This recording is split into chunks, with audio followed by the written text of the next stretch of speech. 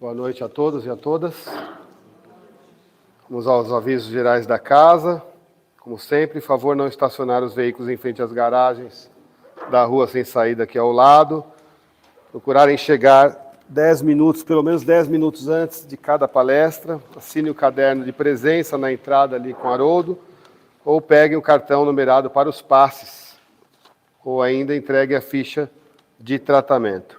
Solicitamos que desliguem os celulares, verifiquem isso, é muito importante.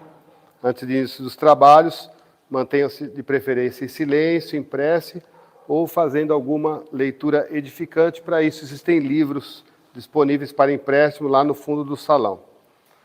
Informe na entrada se existe alguma dificuldade de acesso à sala do passe devido às escadas, que o pessoal do passe providencia que o passe seja dado ali na saleta da recepção.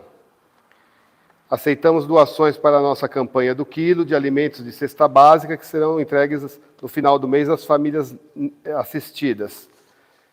Estamos com o bazar funcionando no andar superior também, bastante artigos, né? E estamos veiculando neste momento também a campanha de Natal, com doações para montar as cestas básicas das famílias assistidas pela casa, independente da outra campanha que é a do quilo. As sugestões escritas pela direção foi panetone, massa para bolo, sardinha, atum, ervilha, milho em conserva, bombom, leite condensado, creme de leite, bolacha recheada, doce em calda, goiabada, chocolate, enfim. Tudo aquilo também que o seu coração mandar, né? E que a graça de Deus e de Jesus estejam com vocês em todo esse período que antecede o Natal. Existem também os avisos dos trabalhos abertos ao público, né? As palestras e passes ocorrem ou às quartas-feiras às 14h30, ou, como agora, quinta-feira às 20 horas. O COEM, o curso de Orientação e Educação Mediúnica, é ministrado às segundas-feiras às 20 horas. E a evangelização infanto-juvenil ocorre, como hoje, um pouquinho mais cedo, às 19h50, para crianças de 5 até jovens de 17 anos. Então vamos aproveitar esse momento, né? Serenarmos os nossos corações, iluminarmos nosso pensamento, procurarmos nos desconectar daquilo que ocorre da porta da casa para fora, procurarmos fazer a nossa parte, uma vez que somos sempre gratos pela espiritualidade que prepara todos esses ambientes desta casa desde muito cedo, para que tudo aqui ocorra da melhor forma possível. Desejar ao seu Zé Maria uma excelente palestra. Vamos agradecendo sempre ao Mestre Jesus, pelo Evangelho, pela boa nova de amor que Ele nos deixou. E, acima de tudo, agradecer a Deus pela presente encarnação, pela oportunidade de estarmos juntos, podermos aparar as nossas arestas, oferecendo-lhe a oração. Pai nosso, que estais nos céus, santificado seja o vosso nome. Venha a nós o vosso reino e seja feita a sua vontade, assim na terra como nos céus. Muito obrigado pelo pão nosso de cada dia que nos dai hoje, Senhor. Perdoa as nossas dívidas, assim como nós procuramos perdoar a quem nos deve. E não nos deixeis cair ante tantas tentações. E livra-nos, Senhor, de todos os males, porque é o teu reino, o poder e a glória, agora e para todos sempre. E que assim seja.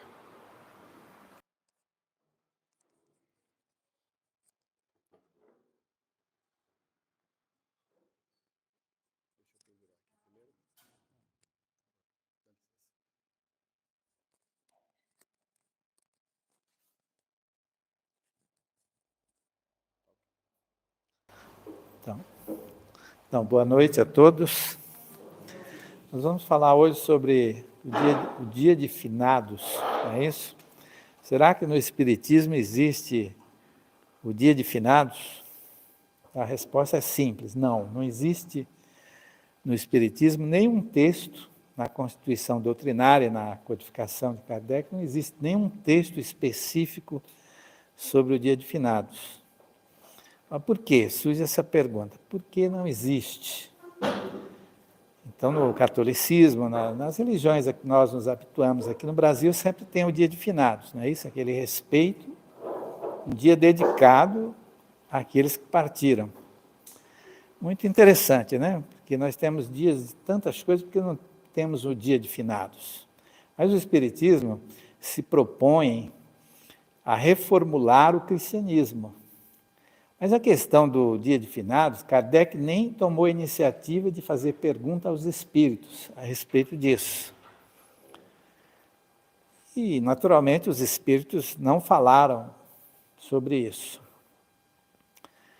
Então, o espírita tem que se habituar a arrancar da sua mente aquelas velhas crenças que são combatidas pelo raciocínio, pela razão, pela inteligência, porque o Espiritismo ele se baseia na inteligência, no raciocínio.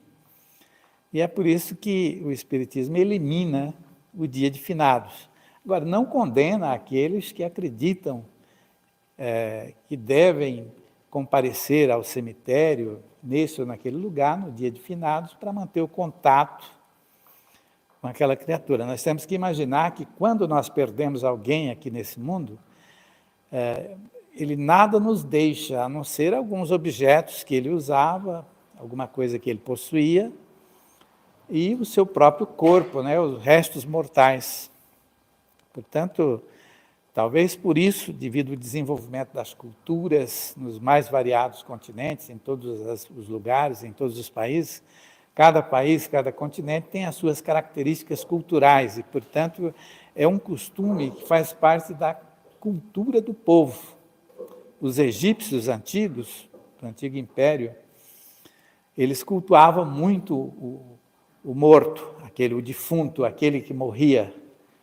Então, eles embalsamavam, colocavam em pirâmides, em locais especiais, porque acreditavam, porque eram reencarnacionistas, eles acreditavam na reencarnação e achavam que havia uma influência muito grande do corpo sobre o espírito, que iria se refletir na próxima reencarnação. Então, veja bem, cada país tem a sua cultura, desenvolve os seus costumes, forma a sua cultura, depois ocorrem as chamadas miscigenações culturais, que é a mistura de uma cultura de um país com outra cultura de outro país, aonde passa a prevalecer uma cultura nova, às vezes onde se alteram determinados fatores dessa ou daquela cultura, porque uma cultura nunca se transfere totalmente para outro ambiente cultural. Sempre ocorre a miscigenação em função de uma série de fatores que estão na nossa personalidade. Nós só admitimos muitas ideias a que nós já temos predisposição em aceitá-las. Por exemplo, aqui nós temos uma cultura proveniente do hinduísmo, que são as escolas filosóficas que foram fundadas em todos os países, em todos os continentes. Mas todas elas têm as suas características, porque são, digamos, retiradas do hinduísmo na Índia. Mas se nós formos hoje na Índia, lá existe uma gama imensa de culturas originárias da própria cultura do hinduísmo, que se formou há alguns milênios às margens do rio Indo, na Índia. Então, nunca a cultura do Império Romano, por exemplo, quando ele estabeleceu o que ele chamava de protetorado, a Grécia antiga, a antiga Jônia, ocorreu uma miscigenação cultural extraordinária, onde eles assimilaram os deuses da mitologia grega e mudaram os nomes e acrescentaram um número muito grande de deuses, né, com nomes diferentes, com cultos variados e bem diferentes, e, portanto, isso faz parte da cultura, o dia de finados. E é por isso que talvez Allan Kardec nem tenha se preocupado muito. Mas nós temos no Livro dos Espíritos 3 questões que nos dão um posicionamento relativo à perda dos nossos entes queridos, que é a questão 934, 935 e 936, E eu vou ler agora, por exemplo, 34 diz, perda de entes queridos. A perda de entes queridos não nos causa um sofrimento tanto mais legítimo quanto é irreparável essa perda e ainda independente de nossa vontade? E aí o Espírito responde, essa dor atinge tanto o rico quanto o pobre. É uma prova ou expiação, é lei para todos. Mas é um consolo poder comunicar-se com os seus amigos pelos meios de que se dispõem, enquanto esperam o surgimento de outras mais diretas e acessíveis aos seus sentidos. Portanto, é assim, Allan Kardec, elaborando o livro dos Espíritos, ele diz que, segundo a informação dada pelos Espíritos a ele, de que quando nós deixamos este mundo, nós nos esquecemos totalmente dos restos mortais, ou seja, do corpo que ficou para trás. Então, nós podemos imaginar, o corpo é semelhante a uma roupa que nós usamos, porque quando nós desencarnamos, o nosso corpo espiritual, que está vinculado ao corpo físico, ele se desliga, mas ele precisa permanecer ativo no mundo dos espíritos. E lá é tudo diferente, é outra dimensão, a alimentação do corpo é diferente da nossa alimentação.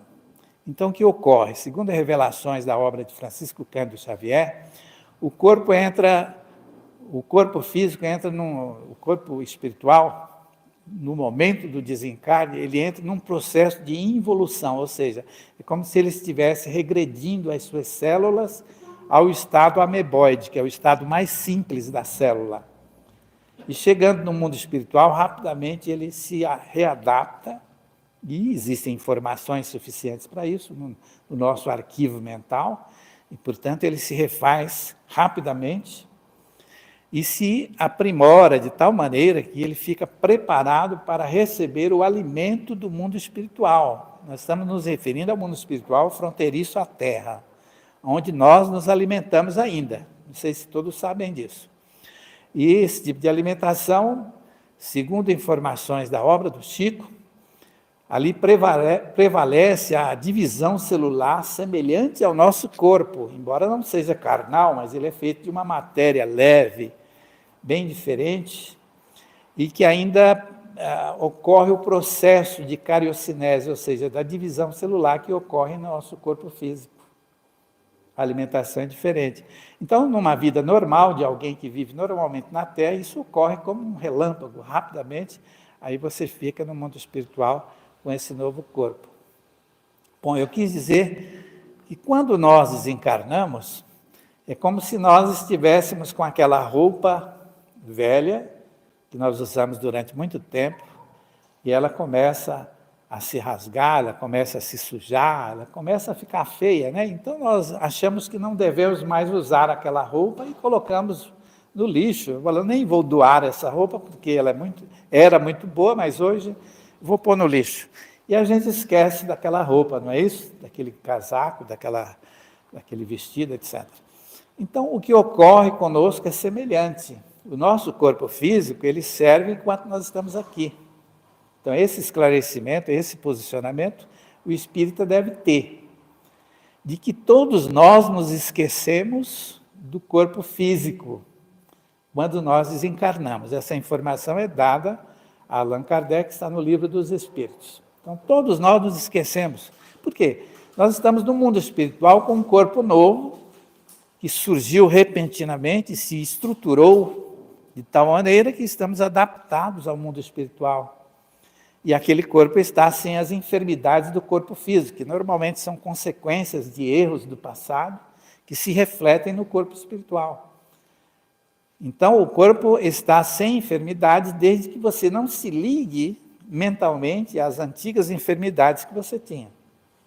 Então, você tem um corpo novo, muito leve, suave, onde você pode volitar, onde você pode ficar à vontade. Então, por que se esquecer da roupa velha que foi jogada fora?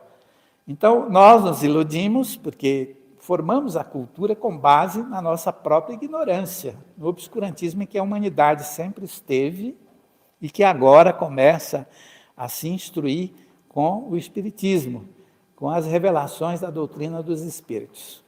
Então, os Espíritos entendem como coisa natural, porque nós teríamos que nos comportar de alguma maneira.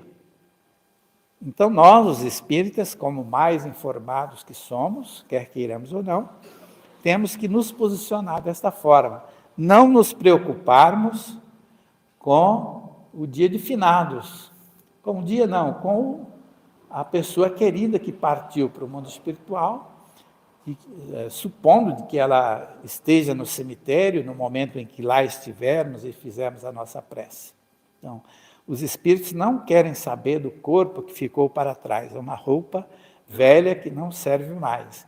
Então, esta é a posição essencial nossa, até que surjam novas oportunidades, e diferentes oportunidades, né, de termos acesso a esses nossos irmãos. Kardec, naturalmente, se refere ao futuro, talvez um pouco ainda distante em relação à nossa vida, exatamente porque no futuro nós teremos a mediunidade totalmente vulgarizada e será muito fácil nos comunicarmos com os espíritos, tanto via mediúnica, quanto através de instrumentos, coisa que vem ocorrendo já nesse momento, o treinamento de muitos grupos que querem se comunicar e que já se comunicam de alguma maneira com o mundo espiritual através de instrumentos. Então, no futuro ainda distante, talvez mais alguns 1 ou 2 mil anos por aí, nós vamos ter uma vida totalmente diferente com relação ao intercâmbio entre mundo espiritual e mundo físico. A mediunidade está em evolução, que são 2 fatores importantes para que haja mediunidade, e nós estamos evoluindo nesse sentido. Nós temos que aprender a sair do corpo com o máximo de facilidade. Na medida em que sairmos do corpo, o espírito, fora do corpo, ele passa a agir no mundo espiritual, e sem ele sair do corpo, é impossível um espírito se comunicar conosco. Qualquer tipo de fenômeno mediúnico se caracteriza pela saída momentânea do espírito que está encerrado no corpo físico. Nós estamos treinando com isso desde antes do Paleolítico, que foi cerca de 40 mil anos atrás. Há 40 mil anos, segundo os espíritos, é que surgiu, portanto, os recursos mediúnicos que hoje nós conhecemos na casa espírita. 40 mil anos é muito pouco tempo para que haja uma expansão do desenvolvimento do fato mediúnico. Então, nós teremos isso na medida em que o tempo passar. Nós estamos ainda aprendendo a nos deslocar durante o sono. Os espíritos fazem até uma crítica, através da obra do Chico, dizendo que nós, a maioria de nós, ficamos como crianças, saímos do corpo durante o sono e permanecemos dentro de casa, ao lado do corpo, semelhante a um caminhoneiro que está viajando, comprou um caminhão novo, para num local para fazer um lanche, mas não larga o carro, está sempre do lado do carro. Então, no futuro, quando aprendermos a nos deslocarmos, houver a nossa emancipação no mundo espiritual, nós iremos distante em busca de orientações que irão retornar em forma de intuições para nós, para nos auxiliar na nossa vida no dia a dia. Então, tudo irá acontecer no futuro que se aproxima. Nós temos 1000 anos para instruir a humanidade, nós, os espíritas. Nós, os que frequentamos a casa espírita, temos uma missão de 10 séculos consecutivos para instruir a sociedade humana. E o Brasil, que foi escolhido pelo Cristo, é a pátria do Evangelho, o coração do mundo. Quer queiramos ou não, esta é a missão que foi determinada para nós. E nós não estamos aqui por acaso. Cada um de nós tem um compromisso com a casa espírita. Mas nós somos livres. Vamos permanecer dentro da casa espírita ou vamos desertar? Isso é com cada um de nós. Hoje nós sabemos, já, através de informações também da obra de Francisco Cândido Xavier, de que milhares de criaturas se preparam todos os anos no mundo espiritual para penetrarem a casa espírita. E muitos de nós, então, nos empolgamos com os ensinamentos espíritas, permanecemos na casa espírita e depois vamos arrefecendo aquele entusiasmo e desertamos da casa espírita. Daí porque na casa espírita ainda existe a minoria, e sabe Deus por quanto tempo esta minoria irá ainda permanecer. Portanto, voltando aqui à história do retorno ao mundo espiritual, nós temos que nos posicionar desta forma, portanto, diferente da forma como os nossos irmãos de outras religiões se comportam. Mas temos que usar sempre a inteligência, de tal maneira a respeitar aquilo que as pessoas de outros credos, de outras religiões, estão habituadas. Usando sempre a inteligência, não vamos deixar de ir radicalmente ao cemitério. Quer dizer, não existe radicalismo no Espiritismo. Se precisar frequentar e ir no cemitério no dia de finados com amigos, evidentemente nós iremos. Iremos participar para satisfazer esta pessoa, este amigo nosso. Assim como podemos entrar numa igreja católica, assistir uma missa, entrar onde bem desejarmos. Nós temos aqui a questão 935, que diz assim: o que pensar da opinião das pessoas que consideram as comunicações de além-túmulo como profanação? Não é isso? Então ele responde: não pode haver profanação quando há recolhimento e quando a evocação é feita com respeito e decoro. Prova disso é que os espíritos que lhes são afeiçoados se manifestam com prazer, sentem-se felizes por sua lembrança e por conversarem consigo. Haveria profanação se as evocações fossem feitas levianamente. Então, existe no âmbito das seitas do cristianismo, de um modo geral, o conceito de que até às vezes criticam os espíritas porque evocam os espíritos, quando então a evocação não é recomendável do ponto de vista religioso, do ponto de vista cristão, quer dizer, uma série de coisas que também, como fruto da própria ignorância, do obscurantismo, nós criamos num ambiente religioso. Mas, na verdade, o conceito de evocação dentro do Espiritismo é um tanto diferente desse conceito que se popularizou através das aversões aos costumes espiritistas, criado por elementos de outras religiões ou de seitas do cristianismo. Allan Kardec, no Livro dos Espíritos, nos ensina sobre a questão da adoração a Deus. Quando nós falamos em adorar a Deus, utilizando o conceito do verbo adorar, naturalmente é algo que parece que exprime algo que seja um esforço da nossa parte para demonstrar o amor que sentimos a Deus. Mas ele nos ensina de que basta um pensamento. Se nós nos sentarmos em um lugar e pensarmos em Deus, nós já estamos adorando a Deus. É o conceito do verbo adorar no ambiente espiritista. Tá? Então, quando parte um ser querido nosso, uma pessoa da família, basta pensar nesta pessoa, eu já estou dando uma demonstração de amizade. E quando eu penso nesta criatura, eu já estou adorando esta criatura também, assim como quando penso em Deus, estou adorando a Deus. E, portanto, essa pessoa já entra em contato, ou melhor, recebe o meu contato, porque o pensamento é algo extraordinário, onde aqui na Terra dificilmente se avalia, porque estamos num mundo de matéria muito densa, é extremamente difícil avaliar a importância e a influência do pensamento, mas no mundo espiritual ele é bastante expressivo.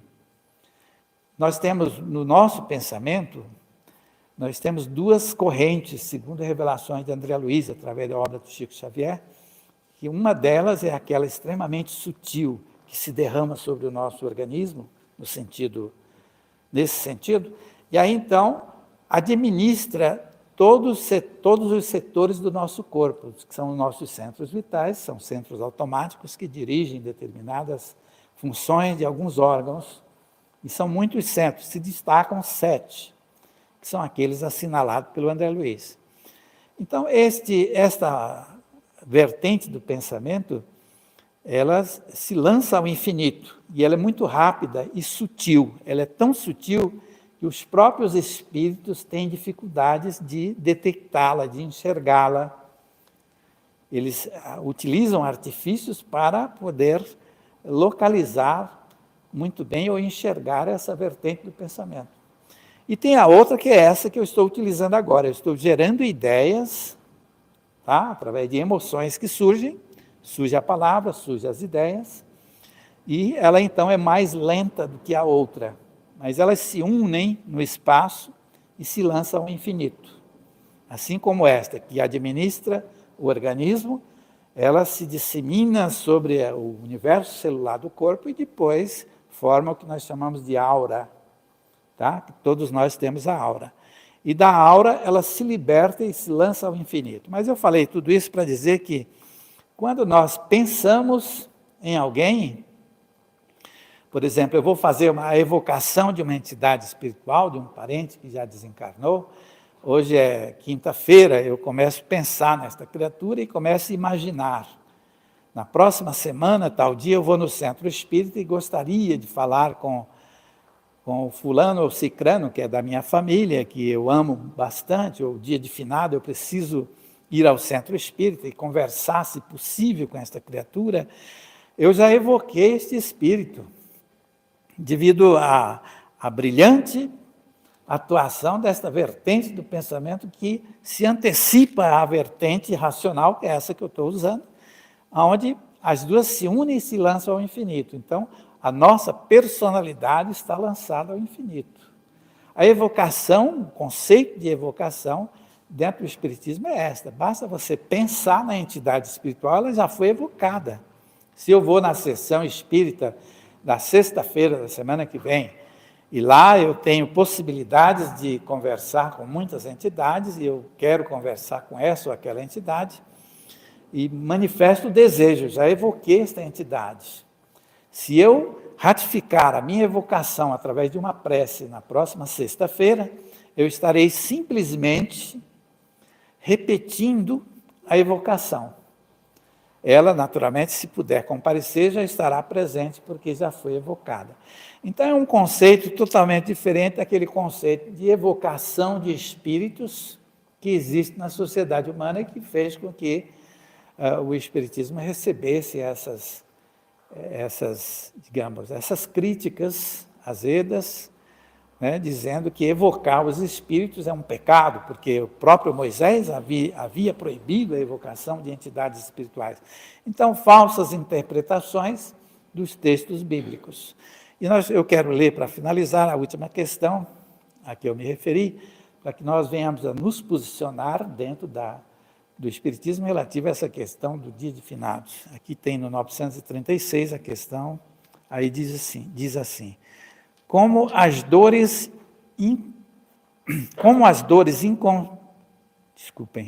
inconsoláveis dos que ficaram na terra afetam os espíritos que partiram. Como as dores inconsoláveis. Ou seja, o desespero, aquele sofrimento que às vezes acomete algumas pessoas, enquanto outras permanecem apenas chorando, demonstrando ativamente uma saudade muito grande. A saudade gera um sentimento puro e, portanto, faz muito bem aos espíritos. Mas o desespero gera vibrações nocivas que acometem a entidade espiritual, onde quer que ela esteja no mundo dos espíritos, e ela sofre bastante. Nós temos muitos exemplos aí, através da obra de Francisco Cândido Xavier, de André Luiz, dando demonstração de entidades espirituais no mundo espiritual sofrendo muito. E depois ele fica naquele sofrimento, ele se liga automaticamente aos familiares, e às vezes nem sabe que está havendo algum problema, e às vezes são brigas por causa das heranças, que terão que ser divididas para os irmãos, e aquela confusão toda gera um sofrimento terrível, muito grande. Portanto, o espírito também tem que se posicionar. Essa questão de herança ele deve procurar resolver, se possível, antes do desencarne, para evitar sofrimentos. Tá?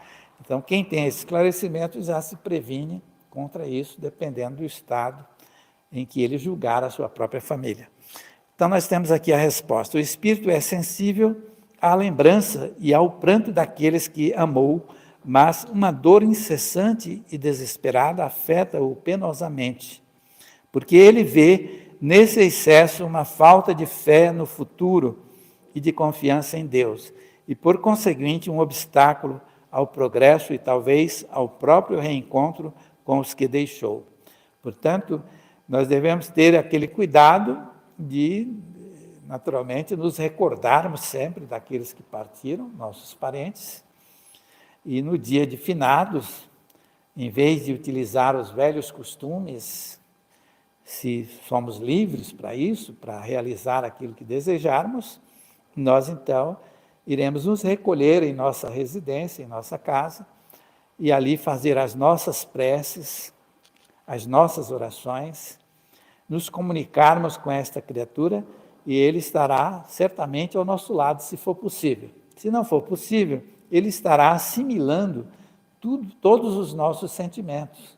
E a nossa saudade, o nosso sentimento puro e simples, dirigido através de uma prece, é muito superior a uma visita que se faça ao cemitério, porque lá nós estaremos simplesmente, às vezes, até nos recordando de coisas que não deveriam ser lembradas naquele momento.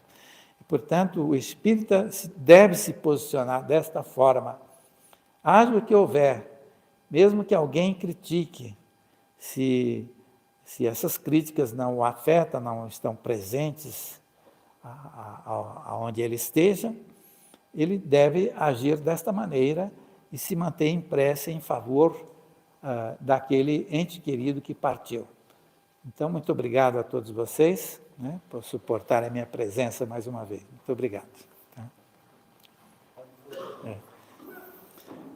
Vamos, então, permanecer com os nossos pensamentos elevados por mais alguns instantes, agradecendo a Deus pelo nosso reencontro com o Evangelho, com os ensinamentos espíritas, agradecer por termos tido mais esta oportunidade e rogando ao nosso Mestre que permita que venhamos a refletir sobre os ensinamentos de Jesus, sobre os ensinamentos complementares da doutrina dos Espíritos e possamos nos afeiçoar a esses ensinamentos, a essas doutrinas, para que cada um de nós possa espontaneamente demonstrar a personalidade do espírita, que deve ser estruturada através do estudo, através das reflexões, através da mudança dos próprios pensamentos. Roguemos também a Jesus que permita que todos aqueles nossos irmãos que tiveram oportunidades de penetrarem o templo religioso e que desertaram da oportunidade, que eles tenham novamente mais oportunidades, assim como nós estamos tendo, a fim de que eles possam reavaliar as suas iniciativas e permanecerem no ambiente onde esteja presente o Evangelho. Seja o vosso nome, venha a nós o vosso reino, seja feita a vossa vontade, assim na terra como nos céus. O pão nosso de cada dia dai-nos hoje e sempre. Perdoai, Senhor, as nossas dívidas, assim como perdoamos àqueles que nos têm ofendido. E não nos deixeis cairmos em tentações, mas livrai-nos, Senhor, de todos os males, porque vosso é o reino, o poder e a glória para sempre. Que assim seja. Graças a Deus. Muito obrigado a todos. Até a próxima.